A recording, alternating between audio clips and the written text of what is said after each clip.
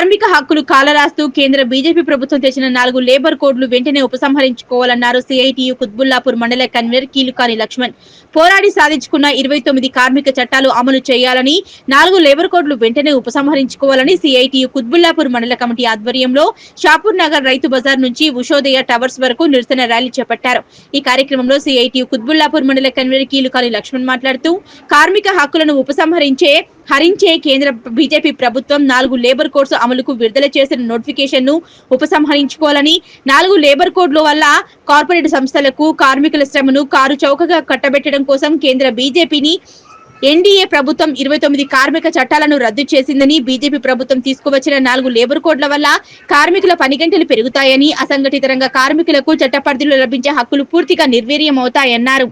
2020లో parliament లో పెట్టిన 4 labour కోడ్లను రద్దు చేయాలని దాదాపు 5 సంవత్సరాల నుంచి దేశంలో ఉన్న అన్ని కార్మిక సంఘాలు ముక్త కంఠంతో వ్యతిరేకిస్తున్న బీజేపీ నరేంద్ర మోదీ ప్రభుత్వం నాటి అమలుకు ఇప్పుడు పచ్చజెండా ఊపిందని అన్నారు. కార్మిక వ్యతిరేక నరేంద్ర బీజేపీ ప్రభుత్వానికి వ్యతిరేకంగా కార్మిక లోకం తిరగబడాలన్నారు. ఈ కార్యక్రమంలో సిఐటియు మండల నాయకులు శ్రీనివాస్, వీరేష్, దుర్గానాయక్, తిమ్మప్ప, మల్లారెడ్డి, శ్రీశైలం యాదవ్, రెడ్డి, రమేష్ తదితరులు పాల్గొన్నారు.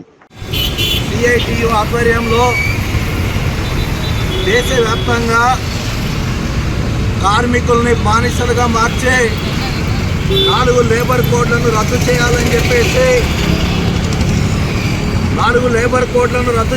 చెప్పేసి దేశవ్యాప్తంగా ఈరోజు నిరసన కార్యక్రమాలు జరుగుతూ ఉన్నాయి. దాంట్లో భాగంగానే జీడిమెట్ల పారిశ్రామిక ప్రాంతంలో కూడా 4 లేబర్ కోడ్లను రద్దు చేయాలని చెప్పేసి కార్మికులని బానిసలుగా మార్చే కుట్రని ఉపసంహరించుకోవాలని చెప్పేసి సిఐటియు ఆధ్వర్యంలో నిరసన కార్యక్రమాలు నిర్వహించడం అనేది జరుగుతూ ఉంది.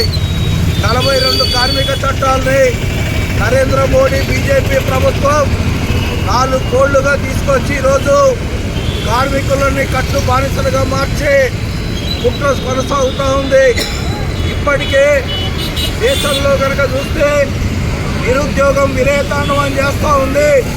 నిరుద్యోగులకు ఎక్కడ కూడా ఉపాధి అవకాశాలు, ఉద్యోగ అవకాశాలు లేక రోడ్ల మీద అడ్డా కార్మికులుగా, రోడ్ల మీద భవన నిర్మాణ కార్మికులుగా, ఆటో కార్మికులుగా, హమాలీ కార్మికులుగా జీవనం సాగిస్తున్నటువంటి పరిస్థితి ఉన్నది. ఇంకో పక్కన